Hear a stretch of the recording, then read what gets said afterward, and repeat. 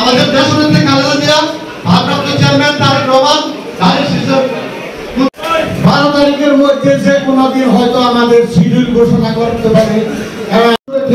আমি আমার সংক্ষিপ্ত বক্তব্য এখানে শেষ করছি।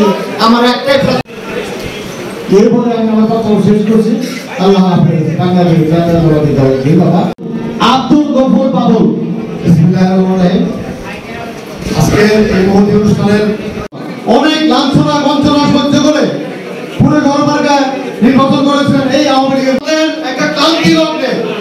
96 সালে যে একটা ক্লান্তি লগ্ন ছিল বিএনপি, বিপুল ভোটে সে পাস করেছিলেন, যদিও সরকার গ্রহণ করতে পারে নাই। পরবর্তীতে উনি 2000 কাউন্সিলর থাকা অবস্থায় এই বাড়ি হতে আমাকে বিতাড়িত করা হয়েছে। বাবা মা থেকে শুরু করে মারা গেছে, আমি কার ধারা রাখতে পারি।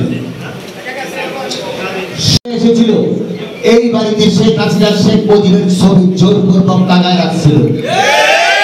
আমাদের প্রিয় নেতা দলের ভারপ্রাপ্ত চেয়ারম্যান তারেক রহমান আমাদেরকে দায়িত্ব দিয়েছেন, অনুরোধ করেছেন, নির্দেশ দিয়েছেন।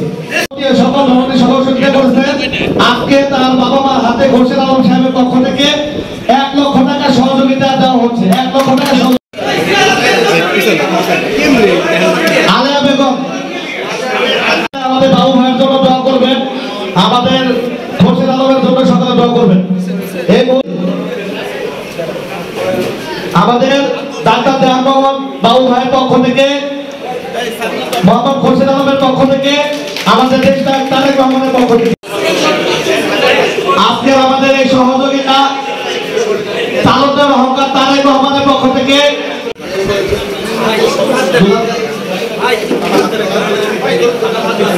আমাদের লাগান মোহাম্মদ খোরশেদ আলমের জন্য দোয়া করবেন। আমজাদ হোসেন ফেব্রুয়ারি মাসে নির্বাচন হবে। আওয়ামী লীগের মতো যাদের কার্যক্রম আপাতত নিষিদ্ধ, তারা বিভিন্ন জায়গায় বিশৃঙ্খলা করার চেষ্টা করছে। তাদের হয়তো উদ্দেশ্য যে নির্বাচনটা যেন না হতে পারে, নির্বাচনে বাধাগ্রস্ত করা। কিন্তু আমি মনে করি 18 কোটি জনগণ প্রস্তুত, দেশ প্রস্তুত, এই সরকার প্রস্তুত, নির্বাচন কমিশন প্রস্তুত, সবাই প্রস্তুত। অতএব আওয়ামী লীগের এইসব চক্রান্ত বাস্তবায়ন হবে এটা আমি বিশ্বাস করি না। এটার জন্য যেভাবে রাজনৈতিকভাবে মোকাবেলা করা দরকার আমরা সেইভাবে মোকাবেলা করব এবং জনগণের ইচ্ছা প্রতিফলন ইনশাআল্লাহ আগামীতে ফেব্রুয়ারি মাসে ঘটবে।